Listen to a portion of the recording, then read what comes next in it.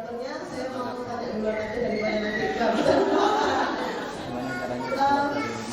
Gini Bu, saya sebagai guru, saya bisa apa ya Mas? Nyanyikan video tadi, sehingga saya memiliki beberapa pertanyaan. Yang pertama, sebagai seorang guru yang tanpa dalam kegiatan sehari-hari, kami tidak membawa tools psikologi hanya bisa melalui observasi sederhana. Bagaimana sih cara kami untuk bisa mengidentifikasi anak itu hanya sekedar bisa diperbaiki, maksudnya dalam artian mungkin secara labeling awalnya nakal, atau anak itu sudah menjurus pada perilaku yang maladaptif, mungkin ada isu atau tadi gangguan perilaku atau semacam gangguan emosional tertentu lah. Dan yang kedua, bagaimana kami itu bagaimana sih batasan kami untuk memberikan pengertian pada teman-temannya bahwa teman-teman seperti ini gitu. sampai batas kesabarannya mereka seperti apa yang harus kami tanamkan untuk bisa memahami dan mengerti teman-temannya seperti itu. Saja. Kemudian yang lainnya saya sudah dapat data, alhamdulillah. Nah Bapak Ibu ada yang mau bertanya, mungkin saya persilahkan. Saya akan datang ke Bapak Ibu yang mau bertanya. Oh gitu, oke. Satu jawab Ibu. Iya. Jadi sebenarnya kalau menurut saya sih kita semua ini boleh menjadi asisten psikolog gitu, dalam pengertian mungkin lebih pada faktor kewaspadaan gitu. Jadi bukan berarti panik tapi kewaspadaan. Artinya seperti tadi misalnya kan dijelaskan, mungkin anak ini hanya aktif aja, maklumlah anak laki-laki seperti itu. Nah tapi gurunya bilang, tapi anak laki-laki lain itu nggak ada yang seperti ini. Nah itu kan dari pengamatan saja. Jadi hal-hal yang tidak biasa terjadi. Karena ada juga anak yang seperti ini, anak dengan gaya atau modalitas belajar kinestetik dominan. Nah itu kan anaknya juga aktif gitu.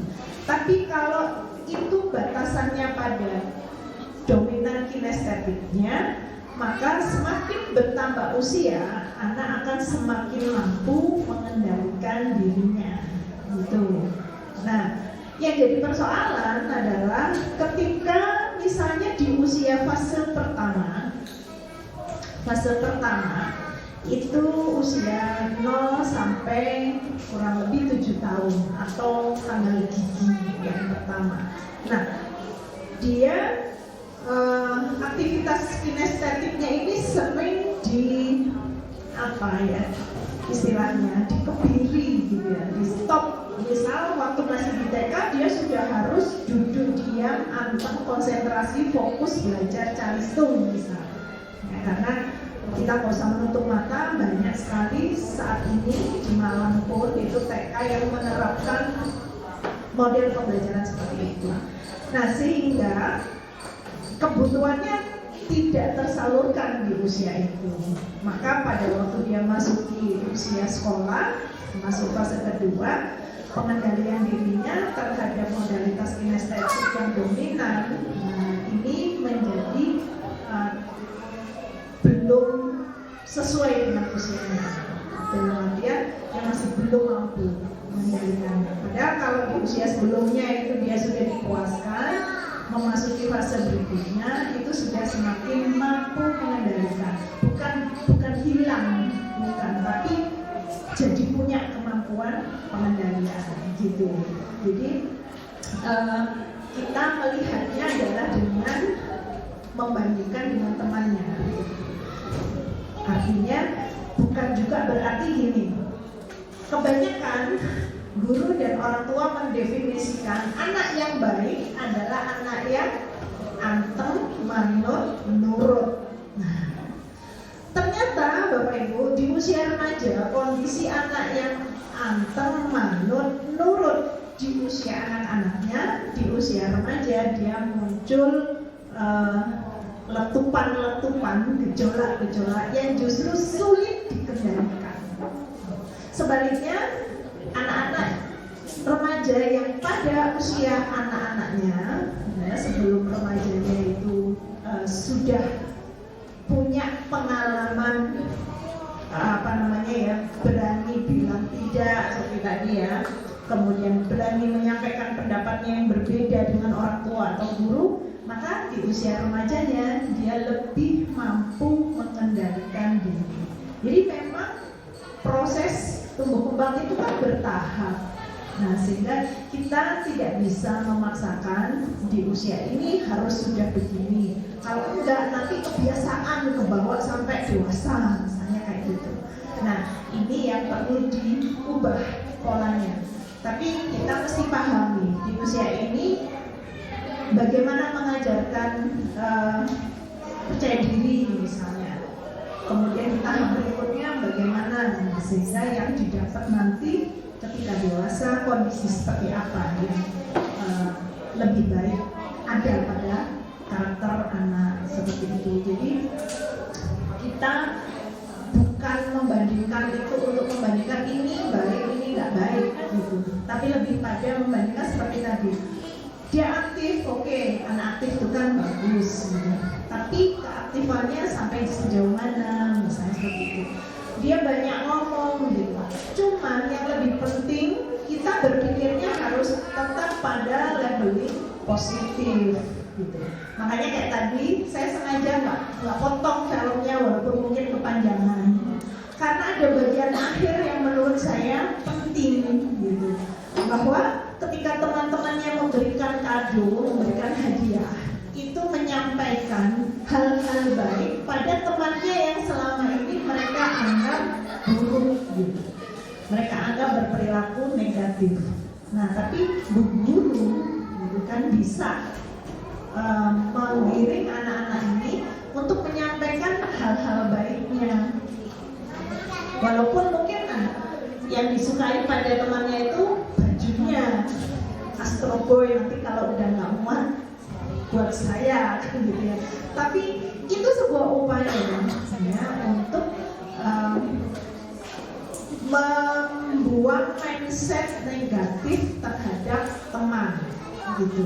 Jadi kita juga gitu, orang tua dan guru, kita nggak boleh memasukkan mindset negatif atas anak-anak gitu.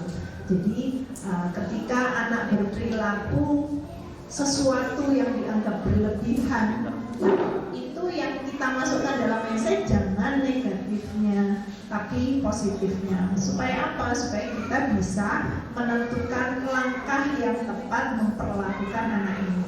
Kalau yang kita bangun mindset negatifnya, biasanya ya yang kita lakukan terhadap anak ini ya hal-hal yang negatif jadinya seperti itu. Terima kasih banyak, terima kasih Bapak Ibu sudah membiarkan saya ngambil jatah pertanyaannya. Adakah yang mau bertanya? Untuk sudah nama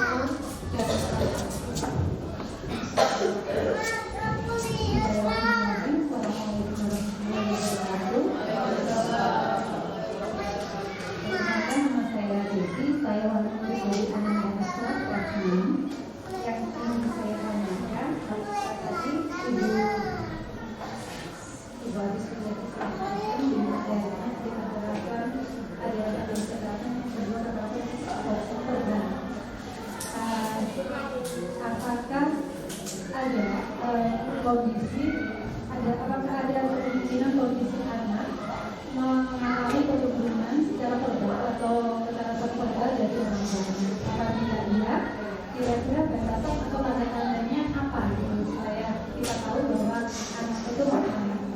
Kemudian yang kedua, saya pernah belajar tentang konsep pemaknaan ulang itu. Pemaknaan ulang, apakah konsep itu bisa digunakan sebagai solusi untuk anak-anak yang mengalami kekerasan seksual? Terima kasih. Assalamualaikum warahmatullahi wabarakatuh. Iya. Saya langsung jawab. Iya. Kalau kekerasan verbal itu biasanya pengaruhnya kepada perilaku yang terkait dengan kondisi psikisnya. Jadi misalnya anak dikatakan kayak tadi tadi misalnya saya kasih contoh di depan, kamu bau gitu misalnya ya. Nah ini yang berpengaruh pada dia jadi kehilangan rasa percaya diri seperti itu. Jadi pengaruhnya sebenarnya pada psikis, tapi jadi muncul dalam bentuk perilaku. Itu yang bisa kita lihat. Contohnya ketika dia dibilang kamu tuh males gitu ya. Nah sebenarnya itu juga bentuk kekerasan verbal dengan melabeli sesuatu yang negatif. Nah ini akan berpengaruh pada kata ibuku kan aku males gitu. Akhirnya dia beneran berperilaku males. Kadang-kadang kan kita berpikir dengan diomongin seperti itu dia termotivasi untuk menjadi rajin. Nah tapi kan kita nggak bisa menyamakan semua orang itu begitu.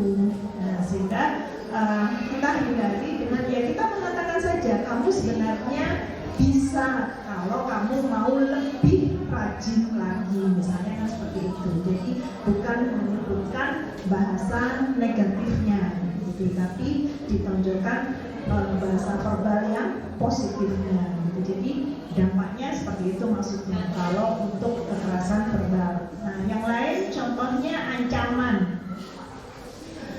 Ini saya barusan dapat kasus soalnya yang konseling ke tempat saya itu ada seperti ini. Ketika ketahuan anaknya membeli rokok, nah kemudian orang tuanya panik.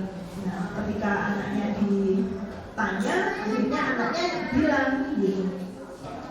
Cara bertanya juga kalau orang tua panik itu kan pasti agak sedikit memojokkan gitu kan, sehingga dia menjawabnya dengan aku ini soalnya disuruh temanku, bukan aku yang pengen beli, tapi aku disuruh temanku. Nah, kemudian orang tuanya menanggapi seperti ini, ya sudah, kalau kamu mau menuruti temanmu, kamu ikut aja sama temanmu, nggak usah ikut sama ayah sama dia lagi, gitu. Nah, ini juga kekerasan verbal. Maksud orang tuanya mengatakan itu sebenarnya apa sih? Nah, kan supaya anaknya tidak mengulang lagi. Tapi ternyata kalimat itu, ya, itu bagi anak merupakan satu ancaman yang menakutkan, gitu. Akhirnya karena ketakutan kehilangan orang tua, dia merasa orang tuanya sudah nggak sayang lagi sama dia gara-gara dia membeli rokok. Nah, dia merasa orang tuanya udah nggak sayang lagi sama dia, sehingga kan dia insecure. Jadi setiap kali orang tuanya mau berangkat kerja, dia nangis, dia nggak mau sekolah, pokoknya dia mau dekat terus sama orang tuanya.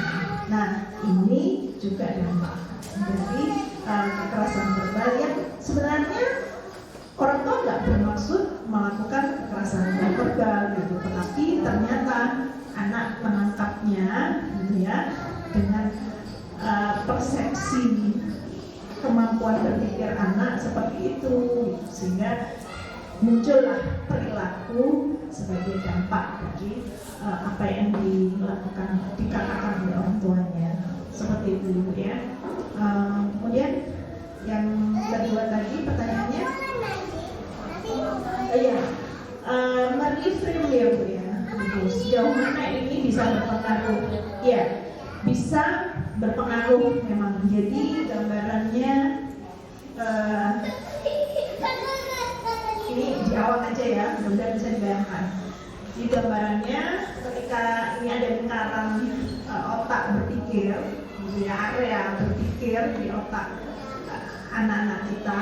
Nah, itu kurang lebih di usia 10 tahun ketika anak sudah puber, untuk mencapai pusat inti berpikir yang di dalam ini nggak lagi langsung nembus dari luar, stimulan yang diberikan nembus ke dalam, itu nggak bisa. Karena apa? Karena sudah di sini sudah terbentuk yang disebut area kritikal, yang menyebabkan stimulan yang masuk, pesan yang masuk itu nggak bisa langsung nembus, tapi bisa mantul di area kritikal ini. Nah, sehingga supaya bisa nembus, kalau anak ini sudah berusia di atas 10 tahun, biasanya dibantu dengan mereframe tadi. Jadi yang terbaik adalah ketika kondisi anak sedang apa ya? Tidur tapi dengar suara. Nah, Bapak Ibu pernah ngalami kan? Sudah tidur tapi misalnya ada tamu ngetuk pintu tuh dengar, tapi sudah nggak berdaya untuk bangun membukakan pintu. Nah, kondisi yang seperti itu kalau saya memaknainya anak sudah tidur kemudian digerakkan sedikit, nah sehingga dia tetap tidur tapi sadar. Nah, kemudian apa yang tadi kita katakan, misalnya kamu males tadi terlanjur berulang-ulang dikatakan, itu kita ganti dengan menyampaikan di telinganya dalam kondisi seperti itu dengan kata-kata yang positif. Kamu anak yang rajin, mulai hari ini dan seterusnya, kamu adalah anak yang rajin, misalnya seperti itu. Nah, itu bisa menembus area kritikal itu tadi. Itu penjelasannya seperti itu, Bu. Jadi bisa apabila proses itu menembus area kritikal yang sudah terbangun. Tapi kalau tidak menembus, ya mungkin lebih sulit tetap karena stimulannya tadi mantul keluar lagi. Kalau anak-anak yang usianya masih di bawah 10 tahun belum mengalami masa puber, nggak usah pakai gitu, ya kita ubah aja langsung pola komunikasi kita. Kalau kebiasaan kita menggunakan pola komunikasi yang negatif, kita ubah aja menjadi kalimat-kalimat yang lebih apresiatif.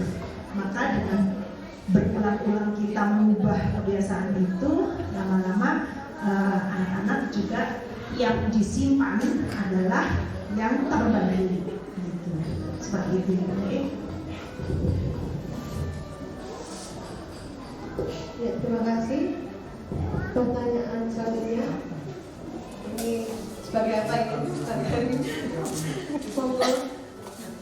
Terima kasih, Bu. Saya mau bertanya. Kenalan dulu. Oh, gitu. Assalamualaikum warahmatullahi wabarakatuh. Pak Abis, perkenalkan nama saya Dian. Terima kasih informasinya, sangat setiap kata-kata yang dengan ucapan ini seperti mengoreksi diri saya pribadi. Mudah-mudahan jangan diparingi sehat sehingga tidak habis-habis menyebarkan informasi ini. Kebetulan ini saya tunggu-tunggu temanya bullying. Ini sekitar seminggu yang lalu itu ada keponakan saya, satu keponakan saya di Jakarta. Dia itu kelas 5 SD, cewek, badannya kurus, tapi dia memang prestasi akademiknya luar biasa. Dia dapat medali emas pencak silat, terus dia juara umum di sekolah, dia sering ikut olimpiade macam-macam gitu. Nah, kemarin itu yang bikin kita kaget, dia habis dikeroyok 6 anak cowok kakak kelasnya. Tiba-tiba kita benernya juga nggak berani nanya karena orang tuanya sangat shock. Saat mendengar itu, saya sempat bikin status mau warning teman-teman saya akan bullying itu langsung. Padahal dia nggak pernah lihat statusnya, tiba-tiba kok posting status diingatkan suruh menghapus gitu. Jadi intinya dia sampai ditendang, yang orang saya cewek itu sampai jatuh. Begitu mau ditendang lagi karena dia ikut pencak silat, yang mendang itu badannya lebih gede, sempat dipegang mau dipanting nggak kuat. Terus akhirnya yang 5 anak yang lainnya itu lari ketakutan, tapi sempat mukul. Nah, besoknya sebenarnya dia belum berani cerita ke ibunya gitu kan. Terus tiba-tiba waktu diantar les, ibunya punya inisiatif komplain gitu kan, mengadu. Ya gitu tadi seperti ibu bilang, jadi tidak semua peraduan itu dianggap karena dianggap supir itu nggak apa-apa ya bu, gitu cuma gitu toh. Akhirnya ibunya ini kok kayak sepertinya nggak dialog kan ya, bilang ke suaminya. Padahal itu mau arah pulang dari tempat les, begitu suaminya dikira langsung putar balik, langsung dilabrak, langsung ngamuk-ngamuk gitu kan. Sampai akhirnya diautopsi, karena kalau divisum kok diautopsi. Kalau ya divisum, cuman kalau divisum itu kan harus dari polisian ya, nggak bisa terus dilihat memar-memar di dalamnya. Pokoknya urusannya akhirnya panjang banget, dan sampai sekarang kita nggak berani nanya karena dia juga tidak cerita banyak karena kayak masih shock gitu. Kadang dia cerita ke saya, kadang tiba-tiba menangis. Nah, yang saya tanyakan itu, saya nggak habis pikir kenapa anak kecil-kecil yang kakak kelas itu kan ibaratnya masih kecil ya, punya perasaan menyakiti sampai seperti itu. Kalau zaman kecil saya dulu kalau kelahi nggak sampai segitu ya, kelahi taruh sudah gitu, nggak sampai kayak menyakiti ngeroyok-ngeroyok gitu. Nah, terus yang saya takutkan ini yang saya pertanyakan, bagaimana peran kita sebagai orang tua ya supaya jangan sampai anak kita ini menjadi aktor, pemeran utama yang membuli temannya, dan bagaimana caranya healingnya ya korban pasca kejadian itu bagaimana, terus dengan orang tua bagaimana. Itu yang pertama Bu ya, aktor, bagaimana anak kita tidak jadi aktor utama. Terus yang kedua, ini pertanyaannya gini Bu, saya bagaimana gimana ya bahasanya, saya punya dua anak dengan karakter yang berbeda. Yang satunya ceria gitu ya, ceria. Mungkin yang satunya itu tiba-tiba kadang ini kayak mut-mutan gitu, kadang diam, kadang. Nah saya takut kayak bahasa Jawanya itu kalau diem kayak banyak pikiran, gitu kan? Saya takutnya itu yang ibu cerita tadi kayak meluap nanti di saat dia takut meledak-ledak gitu. Nah saya bagaimana caranya mengorek ya, atau apa sih sebenarnya kenapa kok kamu begini? Kadang tidak sepenuhnya dia bisa berani bercerita, atau mungkin sebenarnya bagaimana saya sebagai orang tua menghadapi masalah itu. Nah, terima kasih banyak Bu Abis. Assalamualaikum warahmatullahi wabarakatuh.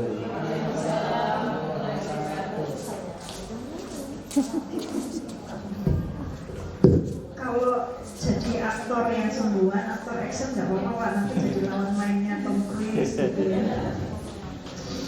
Ya, intinya sebenarnya kembali lagi tetap ketika anak itu dia mungkin nggak jadi yang melakukan, tapi dia otaknya itu juga bisa. Penulis skenario kali. Ya, jadi juga bisa dia otaknya, tapi juga bisa juga dia yang melakukan. Macam-macam anak-anak. Cuma satu Pak ya, yang kita perlu ingat semuanya, kita nggak bisa membandingkan anak-anak sekarang dengan zaman kita dulu. Nah, ini saya benar-benar kalau ada orang tua sering bilang anak zaman sekarang ini kok gini ya, padahal saya dulu. Nah, ini sangat tidak tepat gitu. Karena apa? Ya zaman kita dulu tantangannya kan berbeda dengan yang sekarang. Perkembangan teknologi yang luar biasa. Saya tanya 15 tahun handphonenya dulu Bapak Ibu kayak apa? Bisa buat apa handphonenya? Coba 15 tahun yang lalu, ya. Cuman bisa buat telepon sama SMS itu gede lagi. Jadi kalau ada anjing menggonggong sekalian bisa buat lempar gitu kan ya. Nah, kebayang nggak 10 tahun yang lalu tuh kebayang nggak handphone itu bisa buat video call, bisa buat selfie, itu nggak kebayang sama sekali. Nah, sehingga itu bukti bahwa kita udah nggak bisa lagi membandingkan dengan saya dulu. Nah, itu catatan penting. Yang bisa kita lakukan adalah sekarang kondisinya seperti ini, saya harus belajar apa lagi. Nah, gitu. Jadi yang kita perlu lakukan adalah membekali diri kita sendiri. Saya sering bilang, belajar parenting itu beda dengan belajar marketing. Kalau belajar marketing, hari ini belajar, dipraktekkan, bulan depan omset naik, hasil bisa langsung dirasakan. Belajar parenting, pulang dari sini praktek di rumah, besok masih nangis-nangis, ya. Minggu depan tambah puyeng, ya. Minggu depannya lagi berusaha sabar, bulan depan baterai habis, marah-marah lagi. Itu yang terjadi. Sehingga kalau belajar parenting, kita jangan fokus pada hasil, tapi ayo kita fokus pada proses. Karena belajar parenting itu bukan sulap, bukan sihir yang bim salah bim langsung jadi baik. Ya, itu cuma ada di filmnya Harry Potter. Ya, jadi kalau belajar parenting itu kita harus bersusah payah belajar dulu, coba praktek nggak tepat, modifikasi dulu, dicoba lagi, terus belajar lagi. Hasilnya baru bisa kita lihat 20 tahun yang akan datang, gitu kan? Sehingga sebenarnya kita membekali diri dengan ilmu-ilmu parenting ini untuk membekali diri kita sendiri menjadi orang tua yang lebih baik, bukan untuk mencetak apalagi menyulap anak menjadi baik, tapi untuk membekali diri kita sendiri supaya kita bisa berproses menjadi orang tua yang lebih baik. Sehingga jangan lagi Bapak Ibu tolong ya membandingkan anak-anak sekarang dengan zaman kita dulu. Itu satu. Yang kedua, apapun yang kita perlakukan terhadap anak, semuanya tersimpan dengan rapi di memori alam bawah sadar anak. Semuanya di sini di otaknya tuh ada kabinet gitu, yang menyimpan file-file dari setiap yang kita perlakukan kepada anak. Nah, sehingga itu juga yang oleh anak akan dibuka dan dikeluarkan dalam situasi yang menurut dia dibutuhkan. Gitu. Jadi kenapa kok bisa anaknya seperti ini? Ya berarti ada file di dalam memorinya ya untuk berbuat seperti itu. Kadang-kadang orang tua tetap ngotot kan, saya nggak pernah kayak gitu. Nah, bener nggak pernah tapi nggak sengaja mungkin. Atau anak ini kan nggak cuma bergaul dengan orang tuanya sendiri, ya, dia bergaul juga dengan orang-orang dewasa yang lain, ya. Sehingga bisa jadi bawaannya dari file yang disimpankan oleh pihak lain. Tapi tetap baliknya kita nggak boleh menyalahkan orang lain, karena file apapun yang tersimpan dalam memori anak, ketika yang diisikan oleh orang tua lebih dominan, maka itu sebenarnya yang akan lebih sering muncul gitu. Jadi baliknya ke kita. Terus apa jadi orang tua berarti nggak boleh salah? Ayo, gimana coba? Jadi orang tua kok susah ya, ternyata salah dikit dampaknya ke anak. Boleh. Jadi orang tua boleh kok salah, karena salah itu ya hal yang normal dilakukan semua orang yang masih hidup. Ya, kalau sudah mati kan udah nggak bisa berbuat salah lagi. Jadi orang tua ini pun boleh salah. Yang lebih penting bukan menjaga kita supaya benar terus. Akhirnya kan mati lampu. Akhirnya ada istilah pasal 1 orang tua selalu benar. Pasal 2 kalau orang tua salah membalari pasal 1. Mulai sekarang undang-undangnya kita ubah. Ya, undang-undangnya kita ubah pasal 1 orang tua boleh salah. Pasal 2 apabila orang tua salah harus berani mengakui dan minta maaf.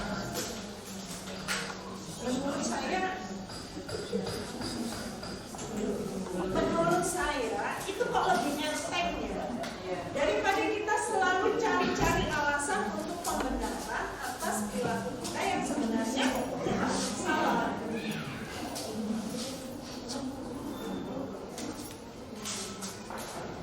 Jadi undang-undangnya kita ganti ya sekarang. Jadi pasal 1 bukan lagi orang tua selalu benar, gitu ya. Nggak harus seperti itu, boleh kok salah gitu. Jadi nanti masuk ke pasal 2-nya, jika salah orang tua harus berani mengakui dan minta maaf. Jadi kita nggak usah pusing-pusing cari alasan untuk pembenaran gitu. Loh, saya sendiri juga sering seperti itu karena udah terbiasa di memori saya dulu orang tua saya memperlakukan seperti itu. Otomatis yang keluar itu. misalnya nanti anak saya protes, Umi ini gitu aja kok marah-marah, tinggal bilang tolong dirapikan, kan nggak usah panjang pakai ngomel-ngomel, nggak dirapikan sih bangun tidur, kan benar sebenarnya yang bilang anak saya. Tapi ketika gengsi mau ngakuin, coba kalau tadi langsung kamu rapikan, kan Umi nggak usah ngomel-ngomel. Dan ini adalah pembenaran dalam rangka mempertahankan pasal 1 bahwa selalu. Dan akhirnya itu terus berulang menjadi kebiasaan kita, otomatis kita memberikan simpanan di memori anak bahwa kalau salah harus cari-cari alasan biar tetap benar. Nah, kemudian itu yang dilakukan. Ketika memukul teman, beraksi action apapun supaya nggak disalahkan, cari-cari alasan. Jadi kembalinya ke kita Pak, kalau ke orang tua terutama, kalau ingin mencegah supaya anak tidak berbuat kekerasan, ya kita kondisikan keluarga yang kondusif dengan satu tadi, keteladanan dan seterusnya, ya, menciptakan situasi yang kondusif di rumah, hangat. Jadi yang muncul itu kepedulian gitu. Kadang-kadang anak-anak banyak kok, dari misalnya 10 anak yang meroyok gitu ya, dari 10 itu ternyata yang 6 itu cuma ikut-ikutan aja, dia nggak ngerti masalahnya apa, solidaritas supaya tetap ditemenin sama temannya yang lain, cuma seperti itu. Nah, anak-anak yang begini biasanya kalau ditanya persoalannya apa gitu, karena dia butuh teman. Nah, anak-anak yang nggak ikut biasanya kenapa? Satu, dia nggak berani. Kedua, nggak ditemenin nggak apa-apa, kan ada orang tuaku di rumah. Seperti itu. Jadi dia sudah secure dengan keyakinan bahwa aku tetap dibolong sama orang tuaku. Jadi nggak perlu merasa takut ketika temannya nggak nemenin. Itu seperti itu. Jadi gimana orang tua ini berperan sehingga anak tetap merasa aman bahwa dia nggak sendiri, orang tuanya ada, gitu Pak. Ada yang belum terjawab Pak? Terapinya tadi, maksudnya untuk orang tua korban sama anak masih shock gitu kan? Oh, ya. Ketika kondisi shock itu normal ya. Jadi kita nggak bisa langsung mengatakan pasti mengalami trauma, tapi kalau nggak diapa-apain, nah itu tadi korban itu cenderung akan berkembang menjadi pelaku gitu. Jadi korban ini harus istilahnya diberesin dulu gitu, supaya filenya di memori ini untuk dimunculkan itu menjadi semakin minim gitu kan ya. Jadi yang perlu dilakukan pertama adalah memberi dukungan ya, memberi dukungan dengan empati dan apresiasi. Itu. Jadi dukungan, empati dan apresiasi ini mudah diucapkan, tapi mempraktekannya, melakukannya itu ternyata nggak mudah gitu, karena keluarga korban itu biasanya juga melakukan penolakan. Kenapa? Karena nggak percaya lagi gitu. Karena nggak percaya lagi, sehingga akhirnya yang perlu dibangun dulu adalah bagaimana menumbuhkan kepercayaannya. Nah, untuk menumbuhkan kepercayaannya ini yang perlu kerjasama. Jadi pihak-pihak yang terkait dalam peristiwa itu. Zaman sekarang ini yang berat adalah media sosial yang tidak terbendung, gitu. Makanya saya sepakat ketika tadi dibuat status suruh hapus, itu saya sepakat. Karena begitu dibuat status, ada yang baca, nanti bikin status baru yang lebih wow, gitu. Akhirnya, terus nanti yang baca lagi bikin lagi yang lebih wow lagi. Nah, ini akan semakin membuat korban dan keluarga itu nggak hilang-hilang rasa ketidakpercayaannya gitu ya. Jadi ditumbuhkan dulu kepercayaannya dengan bekerja sama dengan pihak-pihak yang terkait dalam peristiwa tersebut. Nah, termasuk anak-anak ya, yang melakukan. Gitu. Semuanya dilibatkan dulu untuk menumbuhkan kepercayaan. Kalau sudah percaya baru empati dan apresiasinya ini ditunjukkan. Gitu. Empati itu memposisikan kita berada sebagaimana yang dialami oleh korban dan keluarga. Nah, apresiasi itu menumbuhkan, menghargai apapun kondisinya korban. Misalnya korbannya ngamuk-ngamuk, marah-marah, lapor dan lain sebagainya. Nah, ini kita apresiasi gitu dengan menyampaikan bahwa Anda sungguh luar biasa, berani mengambil tindakan seperti ini. Saya percaya kita bisa bekerja sama untuk menyelesaikan masalah ini. Nah, itu sudah menunjukkan kita berempati kepada korban sekaligus kita mengapresiasi. Nah, sehingga bisa kemudian diajak kerjasama. Nah, korban yang masih anak-anak, kita lihat usianya Pak. Kalau usianya tadi sudah 10 tahun ke atas, bisa juga dibantu dengan mereframe tadi. Ya, bisa dibantu dengan mereframe tadi. Nah, kalau usianya masih di bawah itu, nah yang lebih penting adalah perlakuan. Gitu. Perlakuan dari orang tua dan misalnya di sekolah ya dari guru dan dari teman-temannya. Seperti tadi di film tadi. Gitu. Jadi perlakuan dari orang-orang yang di sekitarnya. Nah, teman-temannya itu sangat penting. Karena anak-anak tidak bisa lepas dari teman-teman sebayanya. Nah, justru mengajak kerjasama teman-teman yang lain inilah yang biasanya tidak mudah. Kenapa? Karena ada banyak kasus bullying di sekolah-sekolah itu. Justru orang tua dari anak-anak ini yang tidak mendukung. Ya. Nah, saya bersyukur ada kegiatan seperti ini di sini. Harapan saya kita semua sebagai orang tua harus memberi dukungan supaya persoalan bisa teratasi.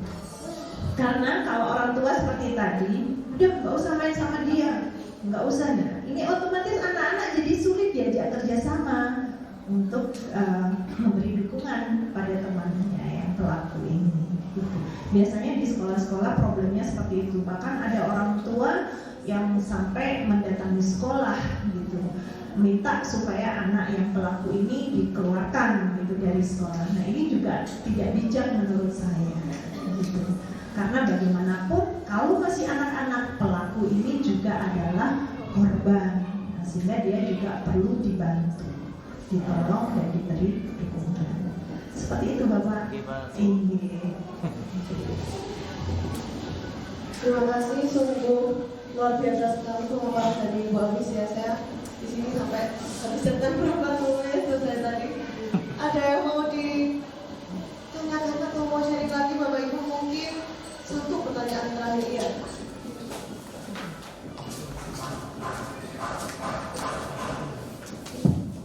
Assalamualaikum warahmatullahi wabarakatuh. Dari anak-anaknya. Pertanyaan saya sebenarnya simpel banget sih Bu. Ada nggak ya cara praktis untuk ngajarin anak buat ngomong enggak? Sebenarnya kayak anak saya itu dia kayaknya anaknya agak sensitif gitu ya, dan suka nggak pengen bikin temennya sedih.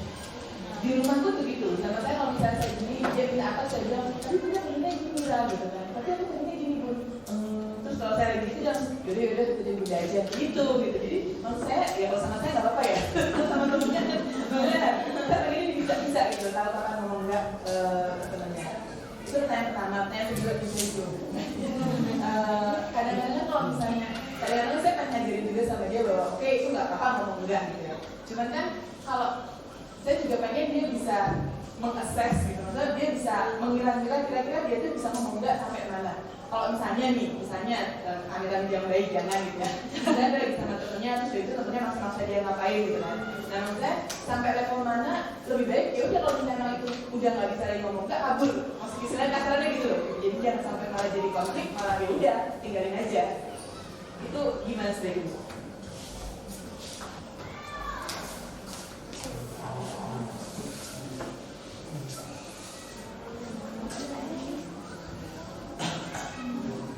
Iya, jadi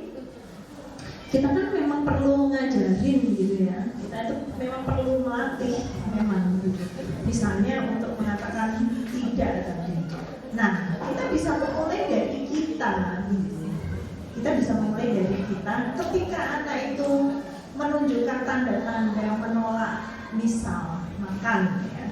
Dia bilang, aku tuh masih kenyang Ma, ini kan sudah waktunya makan. Nah, sebenarnya itu kan dia menolak. Cuman dia menolaknya dengan lebih santun. Kita tuh lupa mengapresiasi yang seperti itu. Justru kita menganggapnya itu hal yang negatif. Kok nggak mau makan gitu. Ya, misalnya dia bilang, aku nanti aja makannya, aku tuh masih kenyang. Misalnya seperti itu.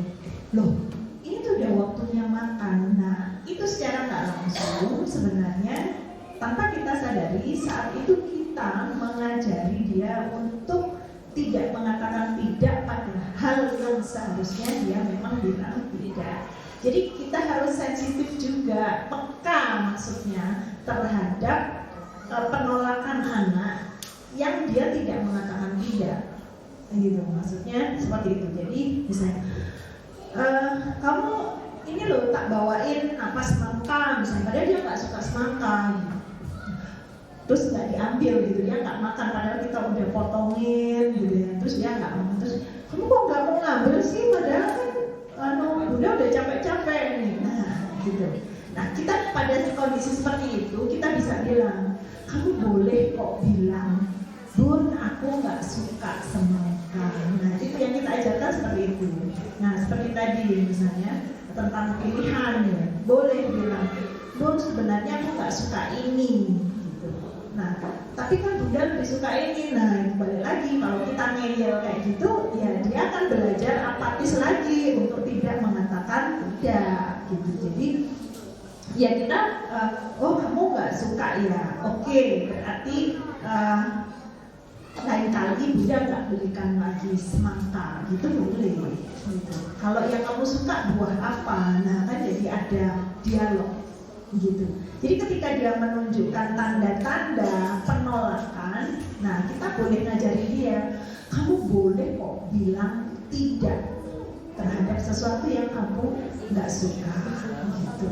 Nah ini yaitu tadi mohon maaf ya kadang kan dengan teman sendiri, teman maksudnya guyon ya bercanda gitu, tapi mengarah gitu, temannya meluk-meluk gitu. Nah kemudian dia karena tadi ya misalnya nggak pengen melukai temannya, nggak pengen bikin temannya sedih, kemudian dia diam aja gitu.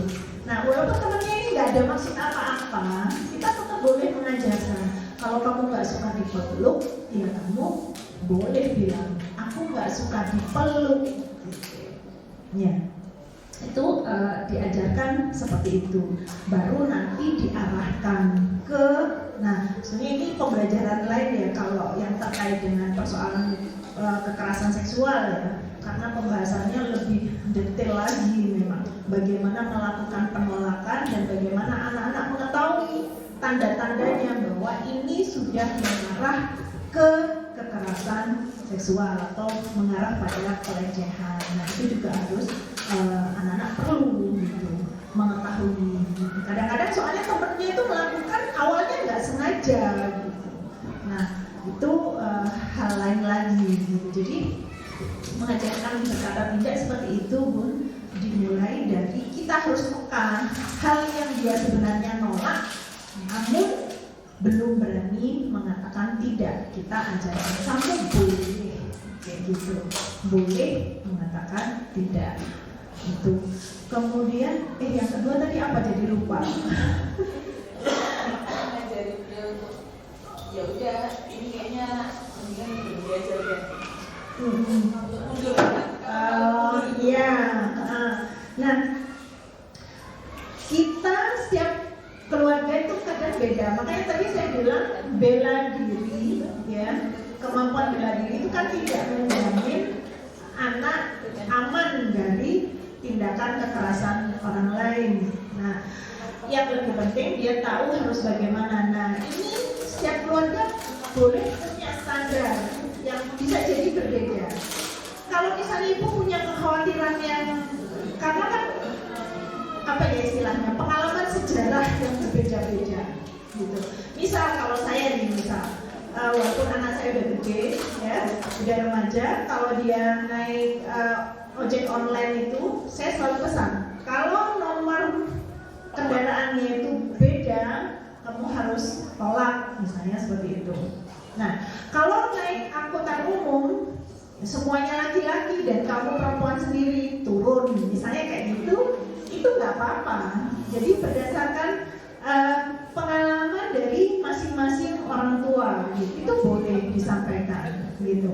Tapi kita juga jangan terlalu berharap anak pasti langsung melakukan seperti yang kita sampaikan, seperti yang kita jelaskan.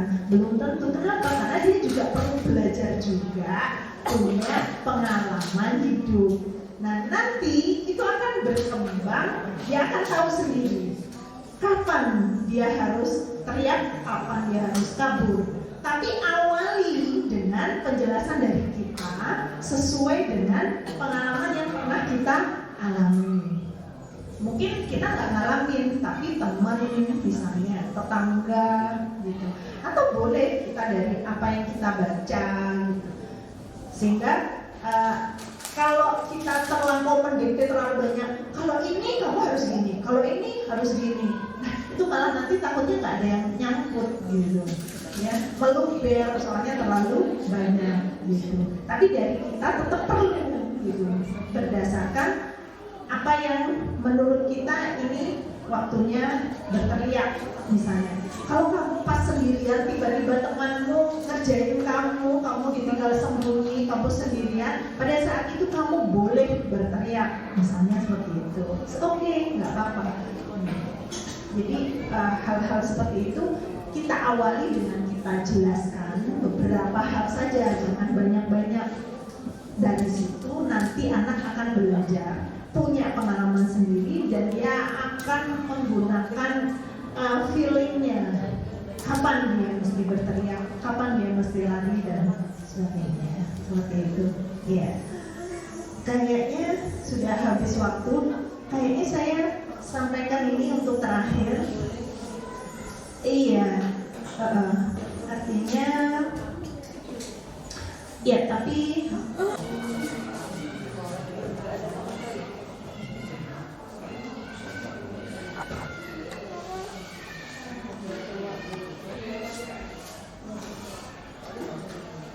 your eyes today. I'm sorry. You said to be strong, you little man, but I let go. I'll never know why it was me that they bullied so. When I said so that tomorrow started without me, and just hold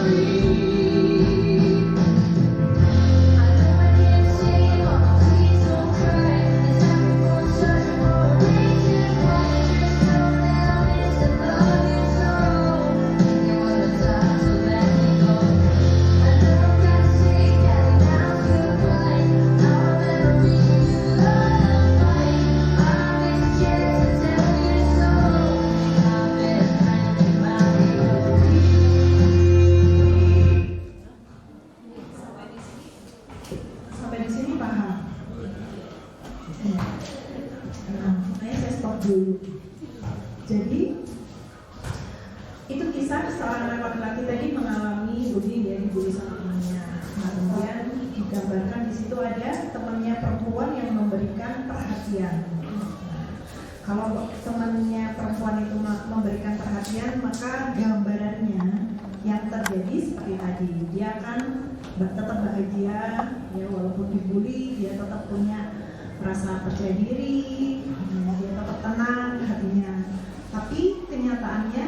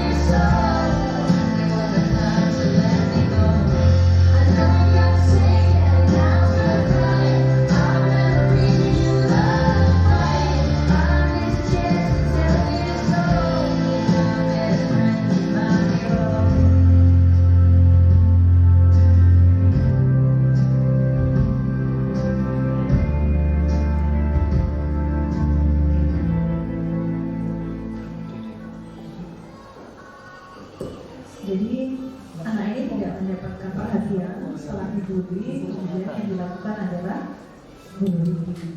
Sehingga tadi di gerejanya digambarkan awalnya adalah upacara pernikahan berubah menjadi peti tadi kan ya. Jadi maksudnya video ini menceritakan seperti itu. Jadi, korban bullying itu ketika dia segera mendapatkan perhatian, maka insya Allah dia akan lebih cepat bisa tertolong gitu. Ini kaitannya dengan angka kematian bunuh diri data dari WHO yang di awal tadi saya sampaikan. Ya, walaupun bullyingnya itu kecil, tapi kalau itu berulang-ulang terakumulasi, sedangkan dia tidak mendapatkan perhatian dari siapapun, tidak dari teman, bahkan tidak dari orang tuanya sendiri, maka itulah yang bisa terjadi. Dan satu hal lagi, bahwa depresi yang dialami anak-anak itu tidak ada hubungannya dengan misalnya, oh dia berarti nggak diberi bekal agama yang bagus misalnya, oh berarti orang tuanya tidak mengajarkan tentang akidah, tentang keimanan, bukan. Jadi bukan karena itu. Ini adalah murni persoalan perasaan yang tidak bisa digambarkan dengan apapun, sehingga bentuk kepedulian kita semua terhadap korban maupun pelaku bullying, terutama dari anak-anak, itu sangat besar maknanya bagi keberlangsungan kehidupan mereka selanjutnya. Bapak Ibu, luar biasa belajar kita hari ini. Saya antara sedih bahagia, tapi saya tetap berharap Bapak Ibu tetap punya semangat yang luar biasa untuk peduli terhadap perilaku anak-anak, sekaligus juga peduli untuk stop, cuek, dan perhatian kepada bullying. Walaupun bukan berarti kita selalu panik dan takut, tapi hati-hati, waspada, dan memberi perhatian itu tetap penting. Terima kasih atas segala perhatiannya, dan kita akhiri sesi parenting dengan saya dengan mohon berdiri dulu semuanya. Tapi yang menggendong atau putrinya bobok enggak apa-apa deh.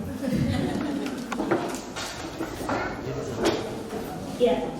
Karena tadi sudah nonton film yang sedih, sekarang saatnya kita tunjukkan tadi sebuah kegembiraan sambil gerak semuanya ya.